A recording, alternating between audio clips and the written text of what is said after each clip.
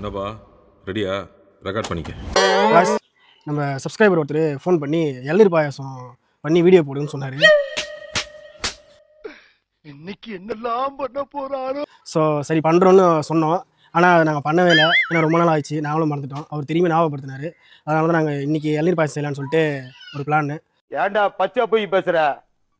So நாங்கள் செய்ய போகிறோம், செஞ்சு வீடியோ போட போகிறோம். ஸோ இந்தமாரி வேறு என்ன செய்யணும்னா கமெண்ட் பண்ணுங்கள். இன்னும் என்ன நீ பைத்தியக்காரனவே நினச்சிருக்கிறல்ல நீ?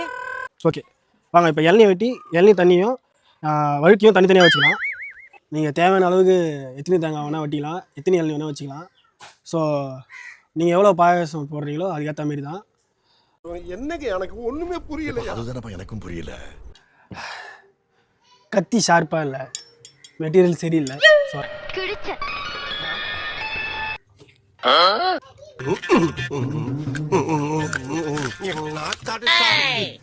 ஆஸ்பத்திரி ரொட்டியெல்லாம் இப்படித்தான் இருக்கும் போல் இருக்கு. சாரிங்க, கூச்சமே இல்ல. ஆமாங்க வெட்ட தெரியல. நீங்க படுத்துற நிமிஷம்னால தாங்க முடியலையே, தலை வலிக்குதுடா. ஸோ நம்ம வழுக்கை இப்படி தனியாக எடுத்து வச்சுக்கலாம். ஸோ அப்போ தான் கொஞ்சம் நல்லாயிருக்கும். ஸோ கொஞ்சம் க்ளீன் பண்ணிங்க, வழுக்கை தனியாக எடுத்து வச்சுட்டு. ஸோ நம்மளுக்கு தேங்காய் பால் வேணும். தேங்காய் பாலை நம்ம நல்லா அரைச்சி வச்சுக்கலாம். கொஞ்சம் தண்ணியை அரைச்சி வச்சுங்க, அதை கரெக்டாக ஃபில்ட்ரு பண்ணி வச்சுக்கோங்க. அப்போ தான் நல்லாயிருக்கும். ஸோ வழுக்கை நம்ம சின்ன சின்னதாக ஸ்லைஸ் பண்ணி கட் பண்ணி வச்சுக்கலாம். ஸோ நல்லா க்ளீன் பண்ணிங்க, அப்போ தான் கரெக்டாக இருக்கும்.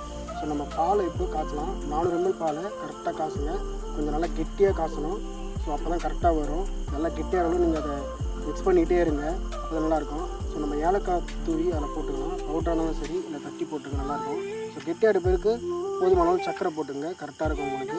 ஸோ சர்க்கரை போட்டு நல்லா மிக்ஸ் பண்ணிட்ட பிறகு கண்டென்ஸ்டு மில்க்கு, ஸோ அது ஒரு 3 ஸ்பூன் போட்டுங்க, அப்போ தான் கரெக்டாக இருக்கும். ஸோ அந்த 3 ஸ்பூன் போட்டதுக்கப்புறம் ஸோ அதுக்கு மேலே தேங்காய் பாலை ஊற்றிடுங்க. தேங்காய் பாலை நல்லா ஃபில்ட்ரு பண்ணி ஊற்றுங்க, அப்போ தான் நல்லா வரும். ஸோ அது ஊற்றிட்ட பிறகு நம்ம குக் பண்ண அந்த பால் அதை அப்படியே அது மேலே ஊற்றி நல்லா மிக்ஸ் பண்ணிகிட்டே இருங்க.